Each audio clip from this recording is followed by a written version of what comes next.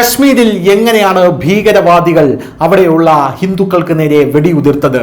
അതിൽ സ്വന്തം ഭർത്താവ് വെടികൊണ്ട് പിടഞ്ഞു വീഴുന്നത് കണ്ട ഒരു ഭാര്യ, മഞ്ജുനാഥ് എന്ന് പറയുന്ന ആളുടെ ഭാര്യ, എന്നെ കൂടെ വെടിവെക്കൂ എന്ന് പറഞ്ഞപ്പോൾ ആ ഭീകരവാദി പറഞ്ഞത്, പോയി നിന്റെ നരേന്ദ്രമോദിയോട് പറയണം, ഇവിടെ ഞങ്ങൾ നിങ്ങളോട് കാണിക്കുന്ന ഈ കാര്യങ്ങൾ നരേന്ദ്രമോദി ഇതറിയണം എന്നാണ് ആ ദൃക്സാക്ഷി പറഞ്ഞത്. ഇപ്പോൾ സമാനമായ രീതിയിലുള്ള മറ്റൊരു റിപ്പോർട്ടാണ് പുറത്തു വരുന്നത്. ജമ്മു കശ്മീരിലെ പഹൽഗാമിലെ ഒരു വിനോദസഞ്ചാര കേന്ദ്രത്തിൽ നിന്ന് സഹായത്തിനായുള്ള നിലവിളികളും വെടിവെപ്പുകളുടെ ശബ്ദവും മുഴങ്ങുമ്പോൾ പൂനെ ആസ്ഥാനമായുള്ള ബിസിനസ്സുകാരനായിട്ടുള്ള സന്തോഷ് ജഗ്ദലെയും കുടുംബവും ഒരു കൂടാരത്തിനുള്ളിൽ ഈ ഭീകരവാദികളെ ഭയന്ന് ഒളിച്ചിരിക്കുകയായിരുന്നു.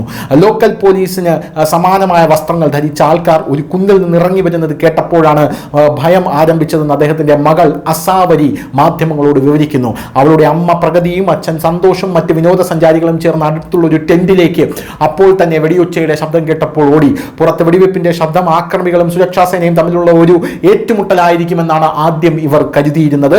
അടുത്തുള്ള ഒരു ടെന്റിലേക്ക് വെടിയുതിർത്തപ്പോഴാണ് അക്രമികളുടെ കാലൊച്ച കൂടുതൽ തങ്ങളുടെ അടുത്തടുത്ത് വരുന്നതായി ഇവർ മനസ്സിലാക്കിയത്. തുടർന്ന് ചൗധരി തു ബാഹർ ആ എന്നുള്ള വലിയ രീതിയിലുള്ള ഒരു ആക്രോശമാണ് കേട്ടത്. അതായത് ചൗധരി നീ പുറത്തു വരൂ എന്നുള്ള ആക്രോശമാണ് കേട്ടത്. ഭയാനകരമായിട്ടുള്ള ഒരു ആജ്ഞയാണ് വന്നത്. ആക്രമികൾ അവളുടെ പിതാവിനെ കൂടാരത്തിൽ നിന്ന് വലിച്ചു പുറത്തേക്കിട്ടു.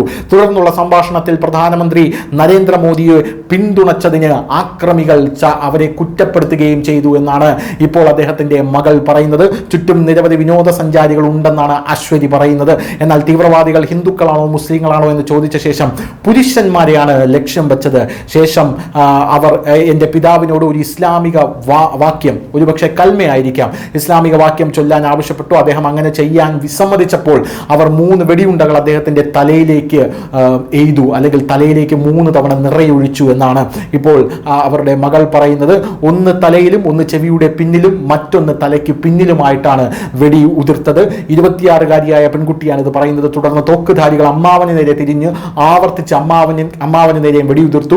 20 മിനിറ്റിന് ശേഷം പോലീസും സുരക്ഷാ സേനയും സ്ഥലത്തെത്തിയതായിട്ടും അവർ പറയുന്നു. അച്ഛനും അമ്മാവനും ജീവിച്ചിരിപ്പുണ്ടോ എന്നറിയാതെ അസാവരിയെയും പ്രഗതിയെയും ബന്ധുവിനെയും പഹൽഗാമിലെ ബൈസറൻ താഴ്വരയിൽ നിന്ന് നാട്ടുകാരും സുരക്ഷാ സേനയും ചേർന്ന് രക്ഷപ്പെടുത്തിക്കൊണ്ടു പോവുകയായിരുന്നു എന്നാണ് അവർ പറയുന്നത്. ചൊവ്വാഴ്ച നടന്ന ഈ ആക്രമണത്തിൽ പല ആൾക്കാരെയും പല രീതിയിലാണ് ഭീകരവാദികൾ കൊന്നൊടുക്കിയത് എന്നുള്ളതിൻ്റെ നേർ സാക്ഷ്യങ്ങളാണ് ഇപ്പോൾ പുറത്തു വന്നുകൊണ്ടിരിക്കുന്നത്. News desk, news India Malayalam.